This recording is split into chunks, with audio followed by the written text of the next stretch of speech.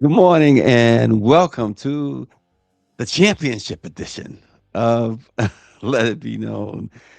Absolutely great basketball out of absolutely uh, a historic job, RNG, a historic butt whipping. Historic run, 11 in a row, two straight sweeps, and not even close. And it's so interesting to see James Harden say, "Well, we're the better, we still feel we're the better team." You lost, as they said in was it? Let's do it again. You lost, Mac. You lost. Uh, he said, "Go play the lottery." But the Knicks have absolutely demolished, and so interesting to me, and I'm sure to many, not just Knick fans, but basketball observers. Um, Knicks drew the Atlanta Hawks in the first round, and people said, "Well, the Hawks are gonna. They're young, they're talented, they're going to beat them."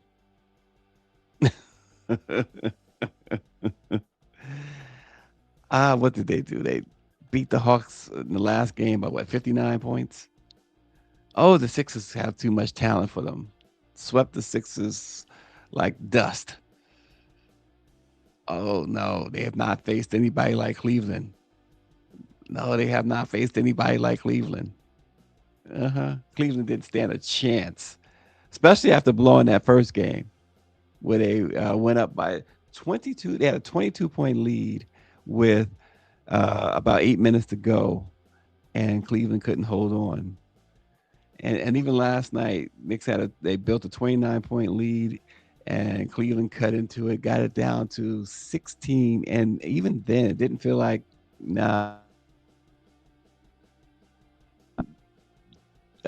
danger. Didn't feel like it was any danger there, and they ultimately won by what, 39 points or something like that. Uh, but this is the first NBA Finals for the Knicks since the 1999 season, and now they await the floppers or the Spurs.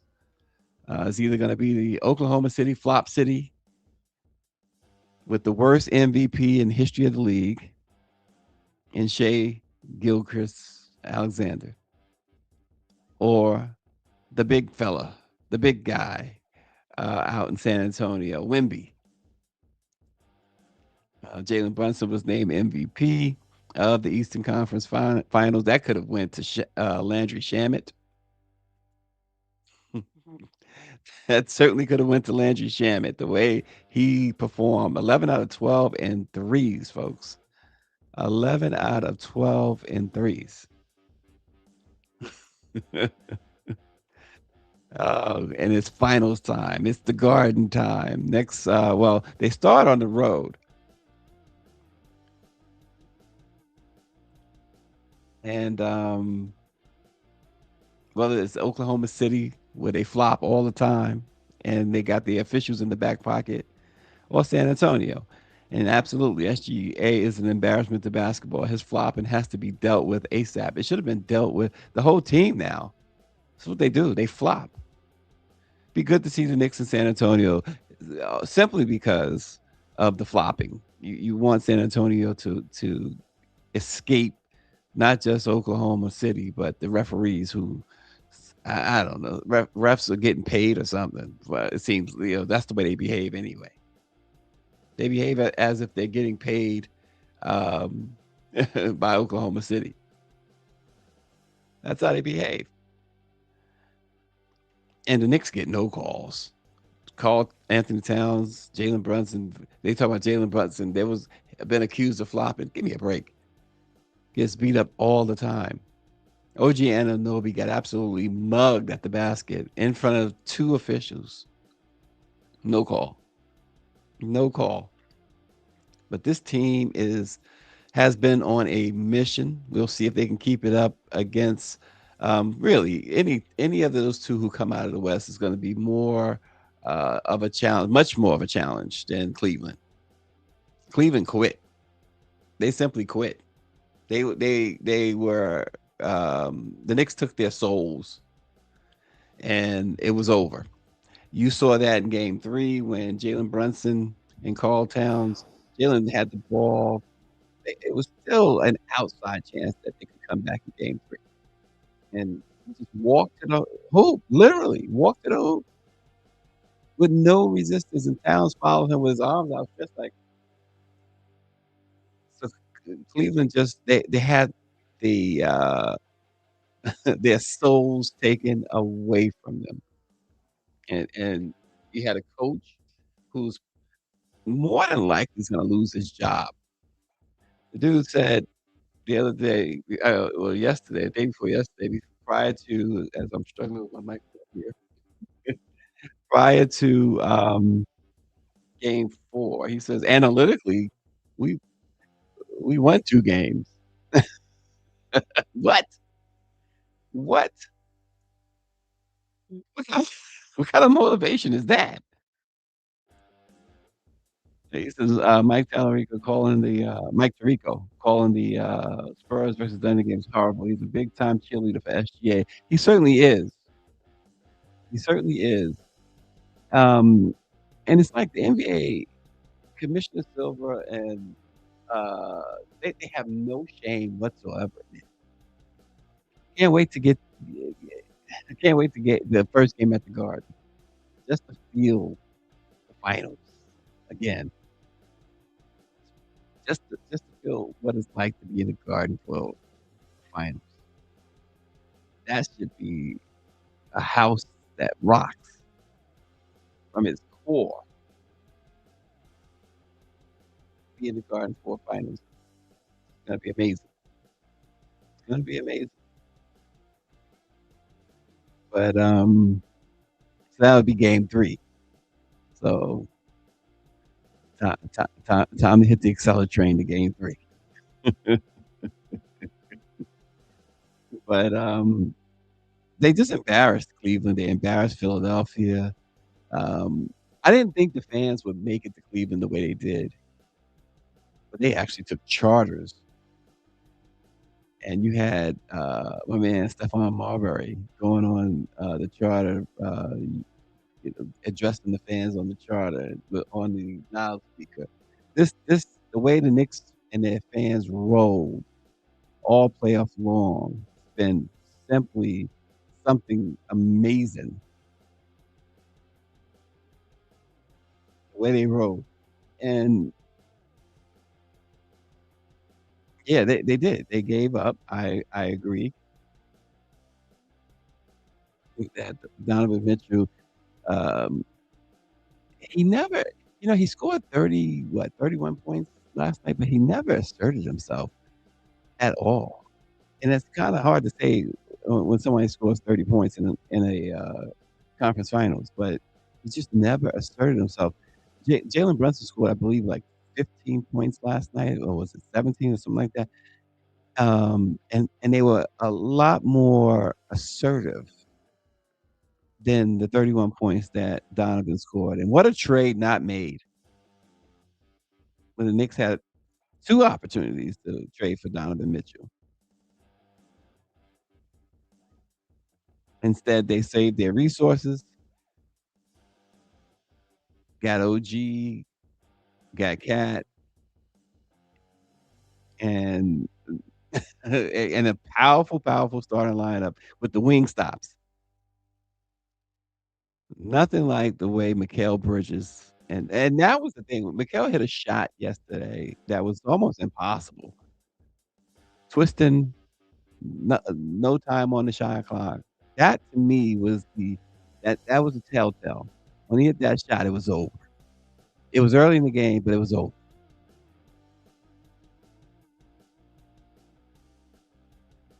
And yeah, we all I'm so I tell you, that Garden, ooh, man, looking forward to that game 3 in the fight when they return home. Man, to be in that building when it's just shaking, looking forward to that big time. OG says in today's Orangey says in today's NBA, scoring 30 isn't a flex. Back in the 90s when the defense was much better, scoring 30, yeah, absolutely would get you on the cover of a magazine. Yeah, absolutely. But telling you now, it's not going to be pretty the finals if Oklahoma City Floppers make it because as it is, the Knicks don't get calls like other teams. Their two superstars don't get the calls.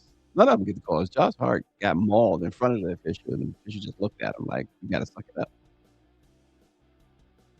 You blow on SGA, and it's a foul.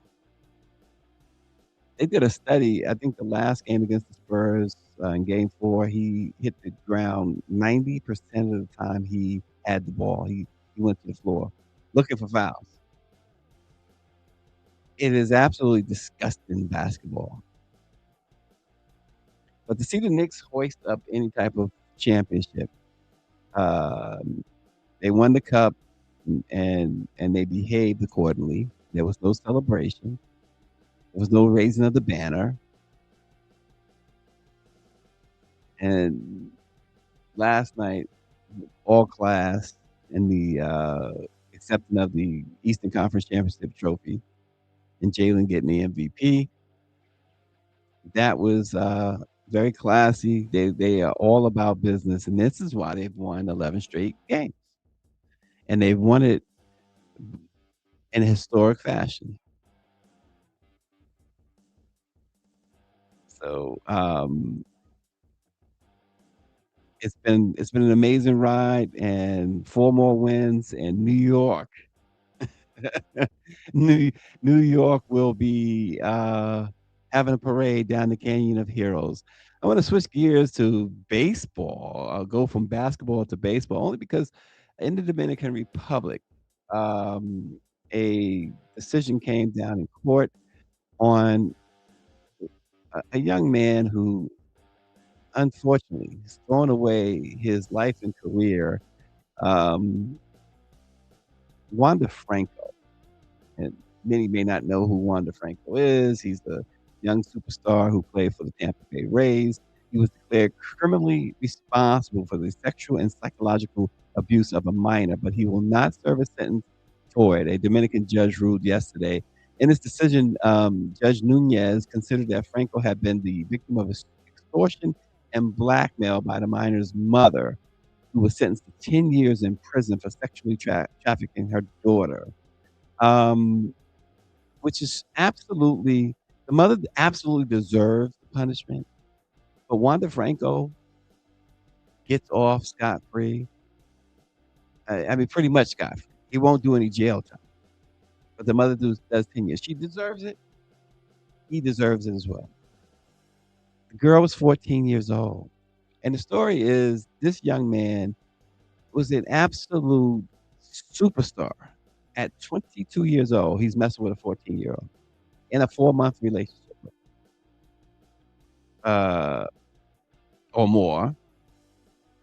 And one thing I say about these athletes, and it applies. Well, I'll say this: these athletes, almost any young lady that they set their sights on or their hearts on, they can probably have a relationship with. Why? And I get it. He's young, 22 at the time. She's 14. 14. 14. You couldn't find a 22-year-old, a 20-year-old, 21-year-old. And here's the rub with this kid. He had just signed a $182 million contract with the Rays, the richest contract in Tampa Bay Rays history. And the only way Tampa Bay gives out any money is you have to be doggone good. And just signed it. And immediately this happens. He's about to forfeit or has, well, the Rays are expected to now move to void his contract, which has $154 million remaining on it. And he also the other problem he's going to have if he has any hope, whatsoever of returning to Major League Baseball, even if Major League Baseball does not ban him, and I'm sure it's at least some sort of suspension, but, if they don't outright ban him, he has immigration problems now that he's gonna have to deal with. Because unfortunately, I watched, a documentary a while back about DR and the trafficking of minors because they are poor and most times they want younger, even politicians was going to meet young girls. That's true, and in Wanda Franco's case, he was buying, the mother gifts and cars, a car, and it wasn't even not that it really matters, but it was like an old Toyota or something, or it was like an old car with a lot of mileage on it. Wasn't even a new car. Wasn't anything fancy either. Eh, it wasn't a Mercedes or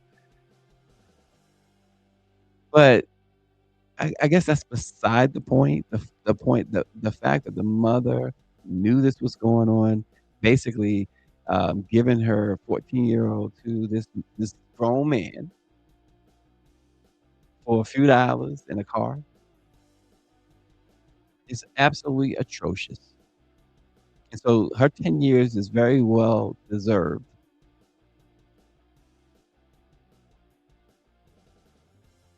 Coming up at the top of the hour, folks, we have a, special guest this morning, from the Bell Project, a Bell Disruptor. You'll find out what that means. What is a Bell Disruptor? But, these athletes, I tell you, and it's so difficult to have a contract voided. These are guaranteed contracts, but when there are, um, what do you call these, clauses, morals clauses. And if having sex with a 14-year-old doesn't violate that morals clause, nothing will. Nothing will. It's just as simple as that. Other news, the Pope did something, that folks are saying is never been done before. Pope Leo made a historic apology yesterday for, the Catholic not just the Catholic Church, but his, predecessors, other popes' role in legitimizing slavery and for having failed to condemn it.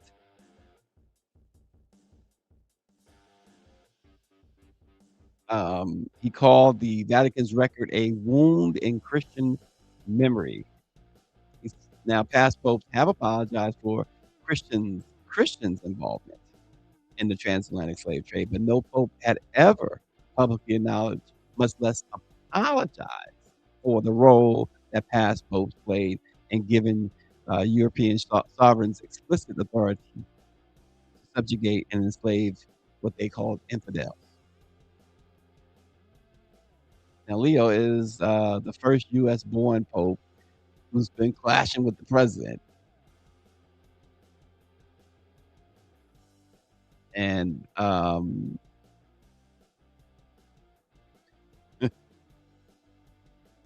they are many are applauding his decision.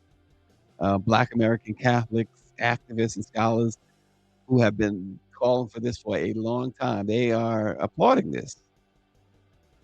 You know, the Catholic Church played a very key role in the transatlantic slave trade. It's very well documented.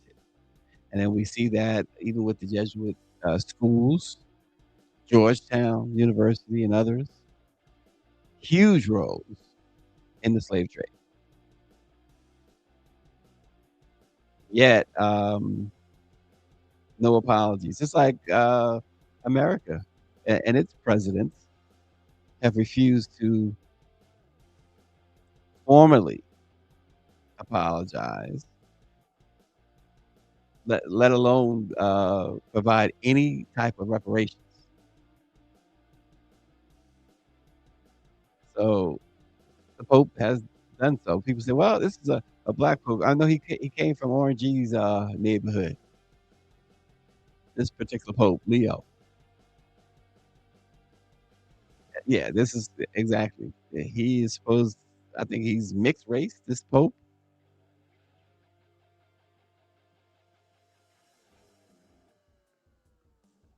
Oh, boy, I tell you. Before we get to our guest this morning, here's something else this is a crazy, crazy, crazy story to me. There is a study that is out now,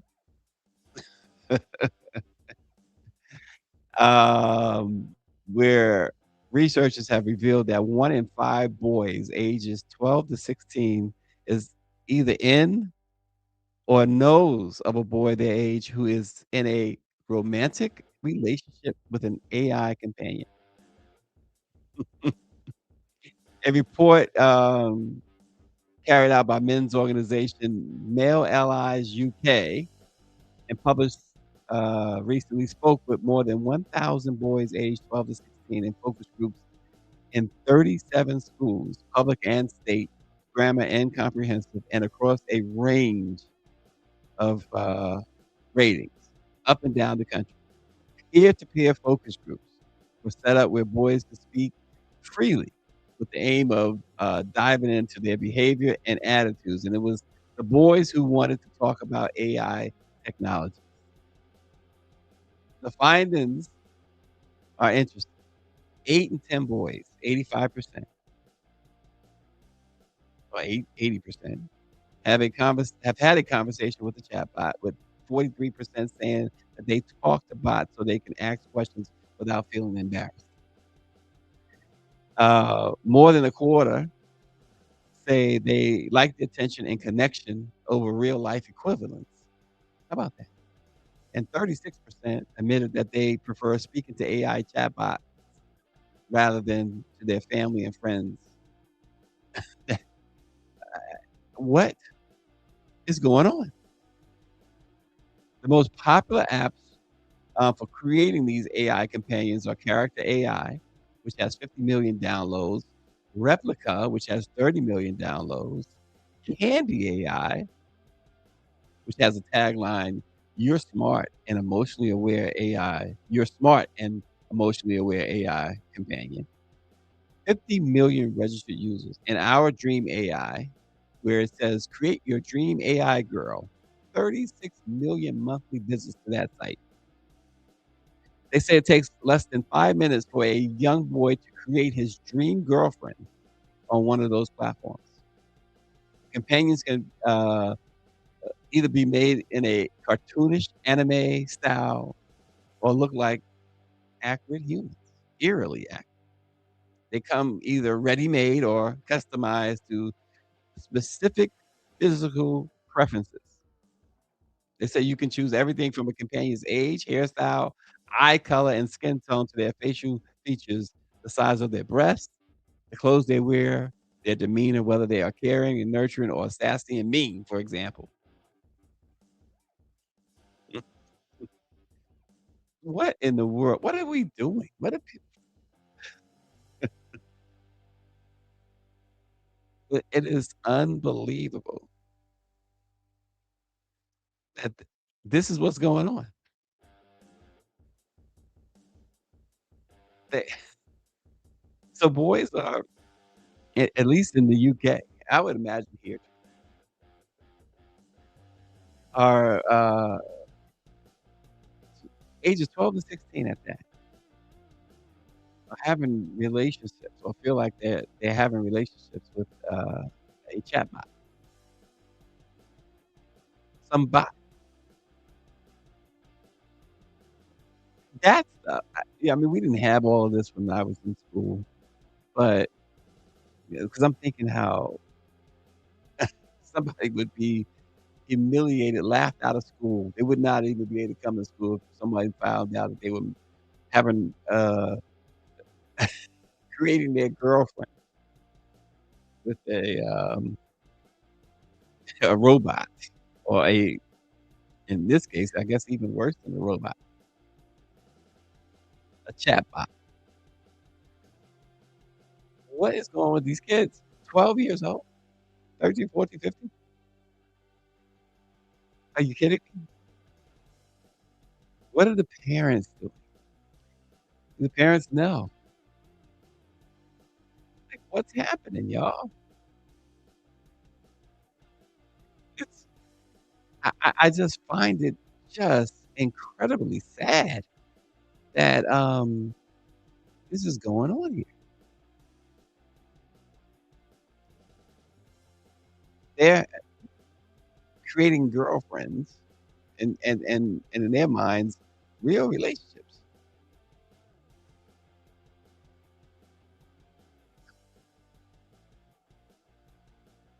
Are you kidding?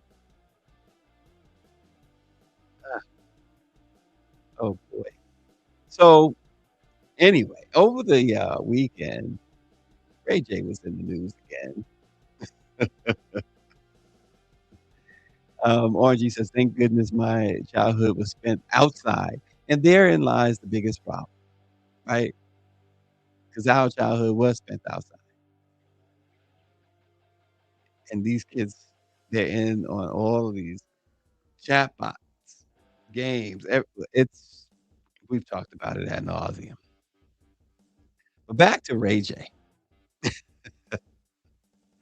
Ray J, uh, I'm concerned about Ray J. Where is Ray J headed? It's you shudder to think, but his latest, let's check out Shula King for his latest. Ladies and gentlemen, Ray J, for whatever reason, I don't know why he was out there fighting in the ring, got knocked the hell out by super hot fire. And when he got up, he ended up with a knot on his head. Listen, um, I just want to say, I know that a lot of times people think in their head that they can fight. No. And then on top of that, just because you can fight don't mean you can fight everybody. And I will say to people, to certain people, if you like to drink, if you like to smoke, if you don't work out, if fighting is not what you do, then don't think that you can just get in the ring with somebody and then y'all just gonna fight. You know what I mean? It was two out of shape, overweight people running the fade. Ray J he caught the worst of it. Got his ass knocked out. And the crazy part about it is I seen like the preview, the clips of it really. And Super High Fire in the middle of the fight, he was just looking at Ray J and smiling. And I'm gonna tell you this: if you are in the middle of a fist fight and the person that you're fighting, your opponent, just look at you like this, hey man, hey, whatever you doing, stop doing. Don't do that. Because nobody's face should be lighting up with joy when you fight. That is a clear indication that you about to get your ass whooped or knocked out. Or both. And that's what happened. Got his ass knocked completely out. Sexy, can I get off the ground and go to the hospital? Can't fight for the love of Ray J. Mm-mm, mm-mm. You got to go back to being Brandy's brother now. This is over with. And maybe that's part and I was saying this recently. Maybe that's a part of his problem that other than the Kardashian tape, all he's known for is being Brandy's brother. And he seems a bit I don't know him personally, just from an observation from the outside. He seems a bit jealous of his sister, which is what I believe is why he acts so foolish. and does some of the most foolish stuff and says some of the most foolish stuff. It's all about attention. But somebody, hopefully, is stepping in and trying to help this young man because Ray J seems like he is on the verge and has been like this for a little while now. And that fight certainly didn't help. What was he doing in the ring in the first place? And the Sugar King is absolutely right. The opponent, I saw the clips, was pretty much laughing. And the blow he hit him with, I mean, just it was basically a one punch knockout. Ray J had no clue where he was at once he was hit. Had no clue. You had Chris Brown in the audience laughing and making fun of how he went down. It was just, it's terrible. Somebody needs to do something about Ray J. And maybe Brandy is like, I've done all I can do. There's nothing else I can do.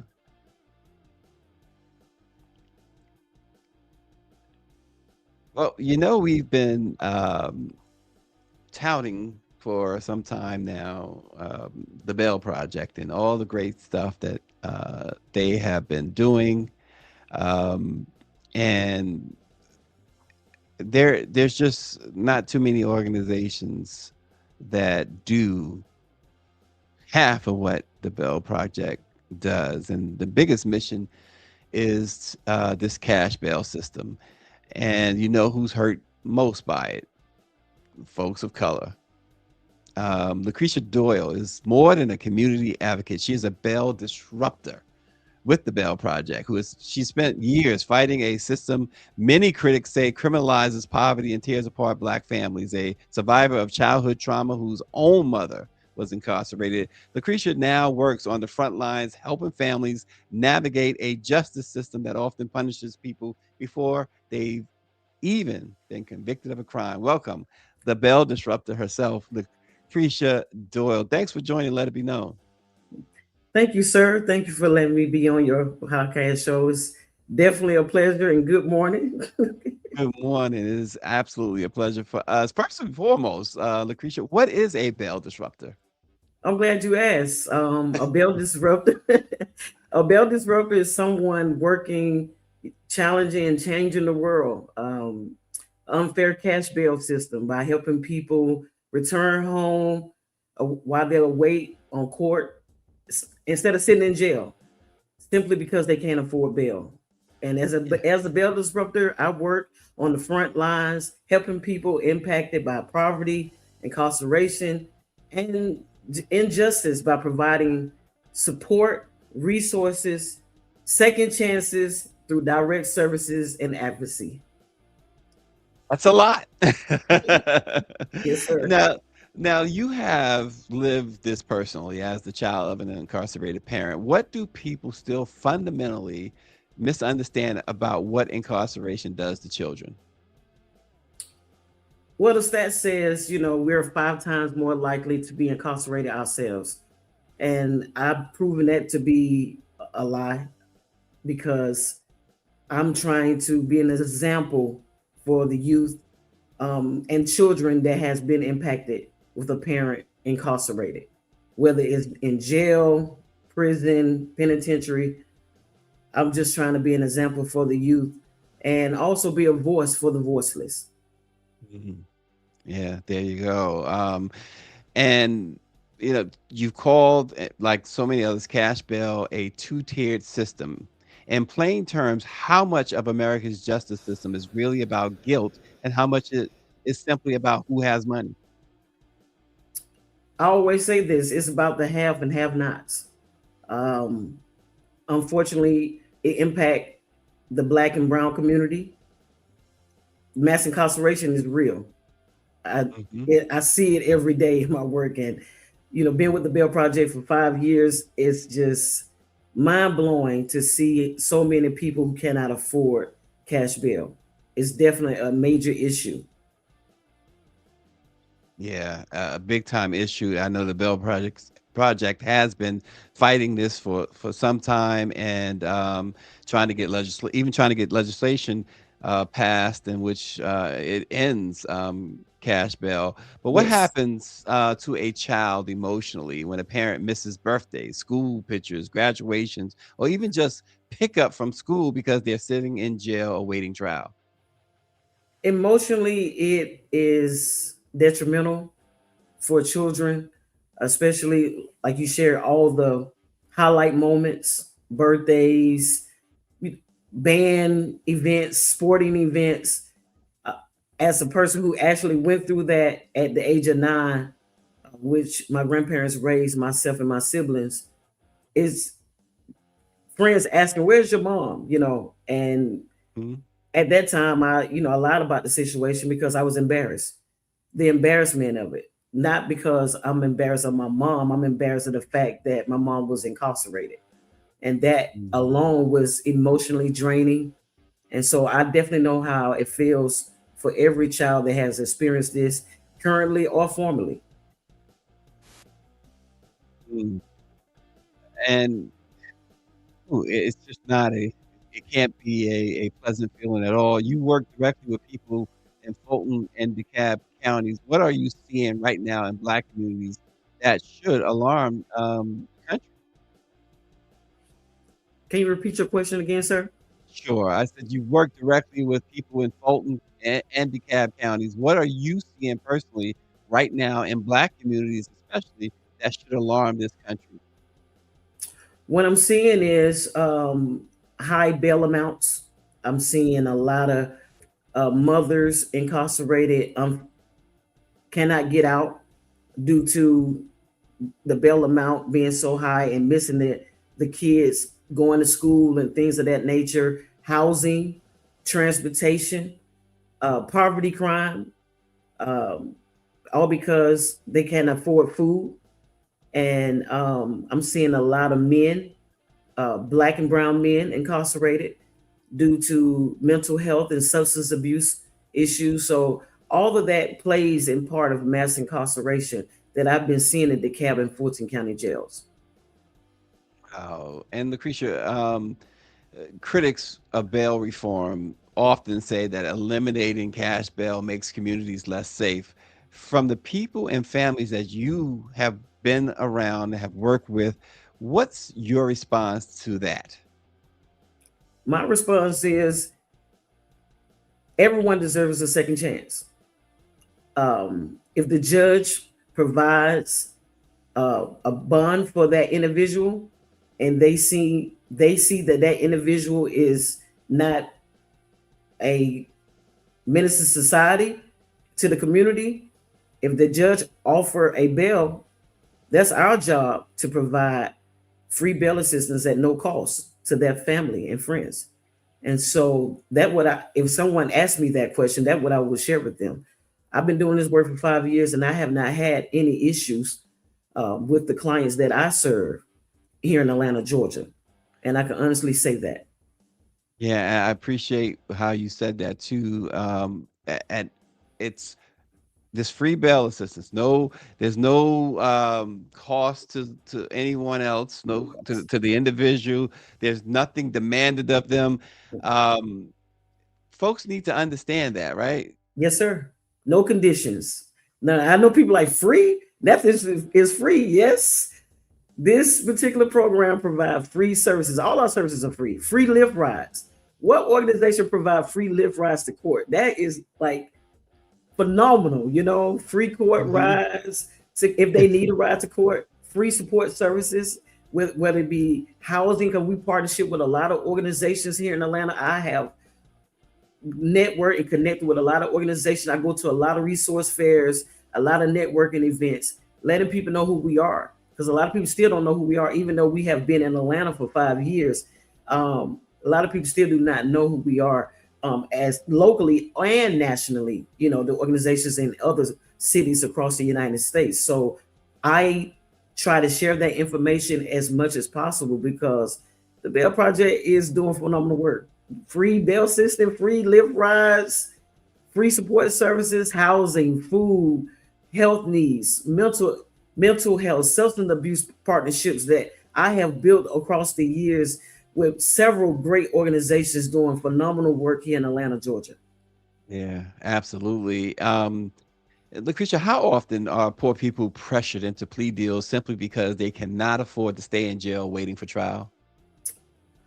Unfortunately, very often, I look at it as people signing their life away. They rather just take a 10-year probation just to get out.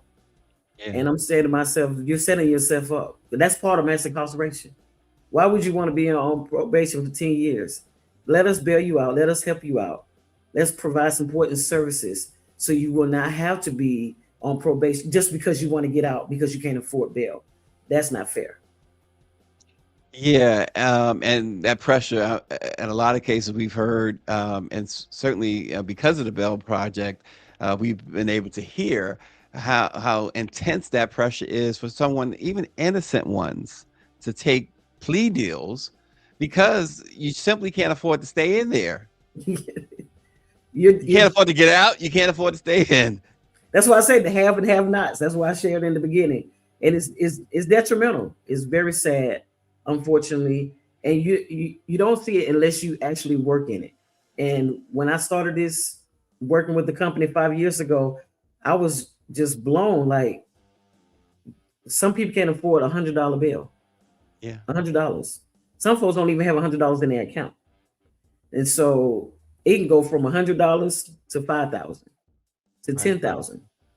And so it's great that the Bell Project can able to help these families out without them being pressured. You got to pay this money back. They can get back to their families. They can get back to their jobs. They can get back home. That is the purpose of the Bell Project. And nationally, I mean, we served over 40K clients, Yeah, 35K bailouts, 92% court appearance rates. That's phenomenal for an organization our size and only been yeah. doing this work for 8 years nationally. Yeah, that Yes. is incredible. It is phenomenal to use your word. It's been said that children of incarcerated parents are statistically more likely to end up incarcerated themselves. What breaks that cycle? That cycle, Lucretia. What break that cycle is support and services, um, emotionally, mentally, physically.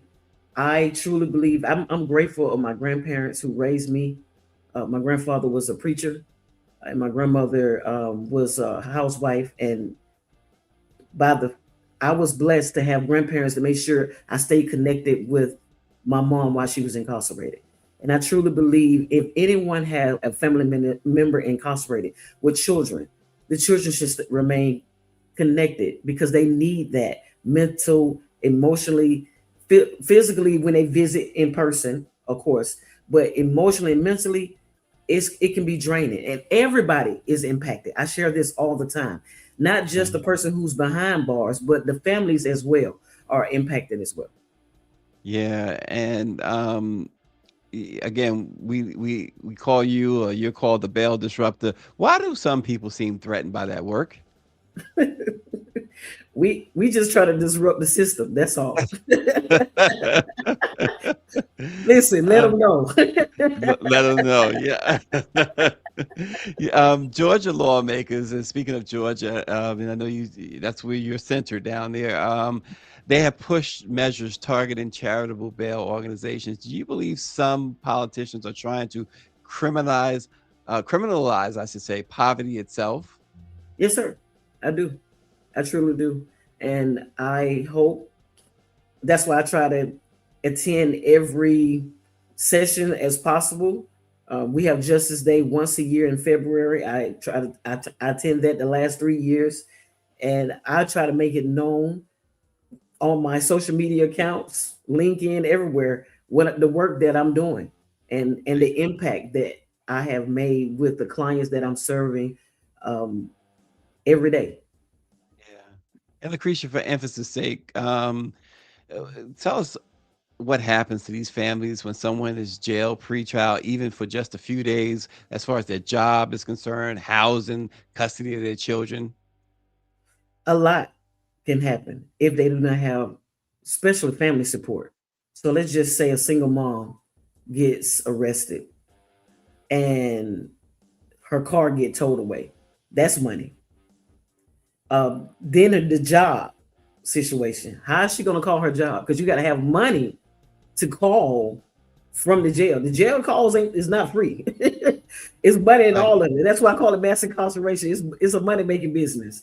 And so, with that being said, that mother car been towed away. That's money for that. So she trying to figure out who can she call to get help. And that's when we come in to provide the support and services that she needs. And also her kids may get, if the kids are with her in the car, if she doesn't have a loved one to come and get them, the kids are placed in DFACS custody, which is here in Atlanta, the Department of Family and Children's Services. And that's not fair to that mother because now those kids have missed school. They're with some strangers. Her car is towed. That is a lot within itself. And so I have dealt with a few clients with that particular experience. And our hope is to get them out as quickly as possible so they can get back home to their families.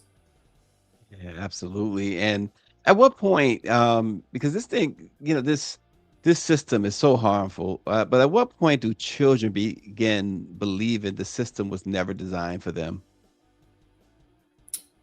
I believe the system for the children starts when the first day the parent is incarcerated. Or if the child saw their parent handcuffed in front of them. Mm. I didn't witness that. But we have some children who have witnessed their father or mother, uncle, cousin, someone in their Mm. family that has been incarcerated. They actually saw the police put them in handcuffs, put them behind, in the police car and Mhm. everything, and taken away. I only imagine what a child, especially a young child, seeing their loved one experiencing that. That's not good. Yeah. That's not a good Ha- ha- situation. have you had to tell a child that their parent was incarcerated? Did they learn from you that No, their sir. parent was incarcerated? Okay. They learned that Uh, pretty much. They learned that from a family member or someone from the jail or the courts. Contact the families. The families reach out to us through a referral program that we have online. So either the attorney submit a referral for that particular client, a social worker, a family member or a friend or someone would submit a referral to us quickly. And me personally, I try to get them out as fast as possible within right. the same week. So let's just say I get a referral Monday, they're gonna get out before Friday. That's great. That's I great. want them home. I want them to get home. I don't want them to lose their job. I don't want them to lose their housing, especially if it's the first of the month. Someplace if you paying rent, you got to the third. You don't have to the fifth. Right, right. And so they Wow. want their money. Dr. Nicole says it's a shame that all of that happens and the person is only accused, not even convicted of a crime. Such a shame. The system is truly broken. Wow. And that's true. They're not, That's true. it's, this is an accusation. They have not been convicted of anything, and yet they are behind bars. Right. And this is where the Bell Project comes in. Lucretia, some hear bail reform and think politics. You hear real names, real children, real trauma. How frustrating to you and folks at the Bell Project is that disconnect? That disconnect is just like Dr. Nicole stated. They sitting in jail waiting and haven't even been convicted by a jury of their peers. It's not fair. And why sit in jail and miss out on so many things when pretrial service, let them be released. Let's put some Mhm. services in place. Let's help this family member out. Let's see what's Right. going on with this individual. We can change the bail system. The system can be changed. And um, Lucretia, let's do this. If lawmakers, people who make these laws, uh, if they had to spend 1 week sitting with the children you work with, do you think America's incarceration policies would look a little different? I surely will. If they have heart, if they Yeah. have empathy. But that's a good point, right? Because some people just are Listen, devoid of that. yes, sir. I say many are called, but only few are chosen to do this work. And I'm just grateful that I'm able to be the chosen one. Yeah, yeah, that's fantastic. And finally, Lucretia, I know that your days and nights are busy, and so we won't keep you too much long at all. But tell us if someone wants to support the Bell Project or get to know the Project even more, how do they go about doing that? I'm glad you asked. Listen, I need everybody to go online, support us. No amount is too small, and definitely no amount is too large. We take, and we on all platforms. Literally, we on TikTok, LinkedIn, Twitter, formerly Twitter, now it's known as X, Facebook, Instagram. Also, you can donate online. Online is bellproject.org, or you can just Google the organization name. It will definitely come up. And please make a donation. You can donate monthly, yearly, daily. Again, no amount too small, and no amount definitely not too large. Because Absolutely. we want to continue doing this work. We want to continue helping families, definitely our children, because they are our future, and we do not want kids to be impacted, but all simply because their parent cannot post bail. Yeah. Yeah. And folks can also go to bellproject.org, right? If Yes, they sir. and if they're in a situation where they may need bail assistance, they can also apply that way. Yes, sir. They can apply that way. Go on our website, click on the referral link, and we're in other cities across the United States. You can check out all the cities that we serve in that particular state. So, yes, sir. Yeah. Well, Lucretia, we have to have you back again. We enjoyed this thoroughly. It's very I enjoyed it. Yes, sir. yeah, and informational and very important. More than anything, what you've given us this morning is some real important stuff. We really appreciate you and the Bell Project. Always have and always will. Thanks so much, Lucretia. Lucretia Doyle, the Bell Disruptor. Thanks for joining. Let it be known. Thank you. Folks, check out the Bell Project, bellproject.org. As Lucretia said, you can go to go to many social media places. You can find them. Check them out. They do some extremely important and extremely great work. Proud to be associated with the Bell Project here on Let It Be Known. Folks, thanks again for joining us. And Orange, start your chat. Go New York, go New York, go. We'll see you guys again. Thanks for joining. Let it be known. Let's go! Let's go, Flav. Hey! Public enemy is coming through. Coming through.